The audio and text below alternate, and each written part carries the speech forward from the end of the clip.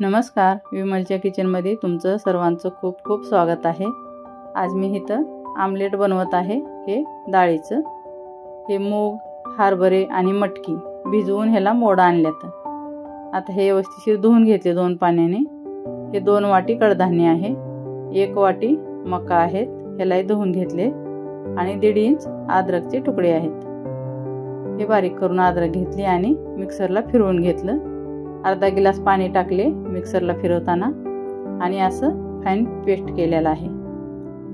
आता हे एका बाउल मध्ये काढून घेते।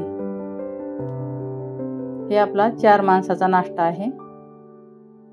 खूप छान बनतंय आणि खायला तर खूपच पौष्टिक आहे। हप्त्यातून एक वेळेस तर नक्की बनवायला पाहिजे हे। इथं मी अर्धी शिमला मिरची घेतली, मोठी होती शिमला मिर्च म्हणून अर्धी घेतली।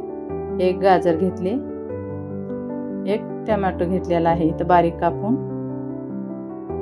इथं मी धनिया पत्ता घेतलाय 2-3 चम्मच आणि इथं मी लसणाची पात, हे गमल्यातच लावलेला लसूण होता, फक्त पात घेतली मी कापून आणि खाल्लं ठेवून दिले असं लसूण। इथं हे लसणाची पात बारीक करून घेतलेली। 1 मोठा कांदा बारीक कापून घेतलेला आहे। हे कढीपत्त्याचे तोरंब्या 4 घेतल्याता, तेही बारीक कापून घेतले। 4 मिरच्या घेतल्याता, ते पण बारीक कापून घेतल्याता। आता इथं हिंग टाकून घेते।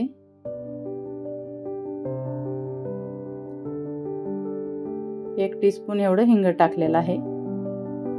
अर्धा चम्मच हळद पावडर, स्वादानुसार नमक टाकून घेते। इथं अर्धा चम्मच एवढं लाल मिरची पावडर, हे धना जिऱ्याचं पावडर 4-5 मिरे टाकले होते पिसताना। 1 चम्मच धना जिरा आहे आणि 4-5 मिरे टाकले होते, बारीक त्याचं पावडर करून घेतले। ह्याला पहिलं भाज्याला मिक्स करून घेते, नंतर मी इथं बेसनचा आटा टाकणार आहे। मिक्सरचं भांडे मी विसळून टाकून हे असं हे आपलं बेटर झालेलं आहे। आता इथं 2 चम्मच मी बेसन टाकणार आहे। बेसन 2 चम्मच मोठे घेतले, तर नाश्त्याचा चम्मच मला तर 3 चम्मच हे बेसन होईल। व्यवस्थित ह्याला मिक्स करून घ्यायचं, पीठ राहायला नको आहे। हे मिक्स झालेलं आहे। आता बघायचं की हे किती पातळ आहे। त्याच्यानंतर मी माझ्याकडे मिक्स आटा आहे, ज्वारी, बाजरी आणि नाचणीचा, ते मी 2-3 चम्मच टाकणार आहे इथं। हे आटा टाकल्यामुळे आपले आमलेट फाटणार नाही किंवा तुटणार नाही पलटताना। हे बघा थोडंसं पातळ आहे।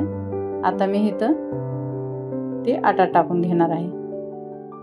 बाजरी, ज्वारी आणि नाचणी म्हणलं तरी 1 चम्मच असं मी आटा टाकून घेतला इथं। हे मोबाईल मध्ये दिसलं नाही। आता मी इथं तेल टाकून घेते, तुम्ही तूपही टाकू शकता। आणि हे बघा आता घट्ट झालेलं आहे पीठ। मी ते आटे टाकल्याच्या नंतर 3 चम्मच टाकल्यानंतर आणि 2 चम्मच बेसन, असं 4-5 चम्मच मी इथं आटा टाकले। हे सारे पीठ टाकल्यामुळे हे घट्ट झाले आणि आपल्याला पलटताना हे फाटणार नाही की तुटणार नाही। आणि सारे आटे टाकल्यामुळे खूपच फायदेशीर आहे आपला हे आमलेट किंवा चेला म्हणते ते। इथं आता तेल टाकून घेतलेलं आहे। हे बघा असं खरपूस आपल्याला 2-2 वेळेस पलटून घ्यायचं आहे आणि मीडियम गॅसवर भाजून घ्यायचं आहे। व्यवस्थित आपले असेच मी आमलेट बनवून घेते। हे दह्यासोबत खूप छान लागतात आणि कडक भाजायचे आपणाला, जास्त सॉफ्ट नाही करायचे। जर आवडत असलं तुम्हाला तर सॉफ्ट करा। व्हिडिओ पसंत आला तर लाईक, शेअर आणि सबस्क्राईब जरूर करा। कमेंट मध्ये नक्की सांगा कसा वाटला व्हिडिओ।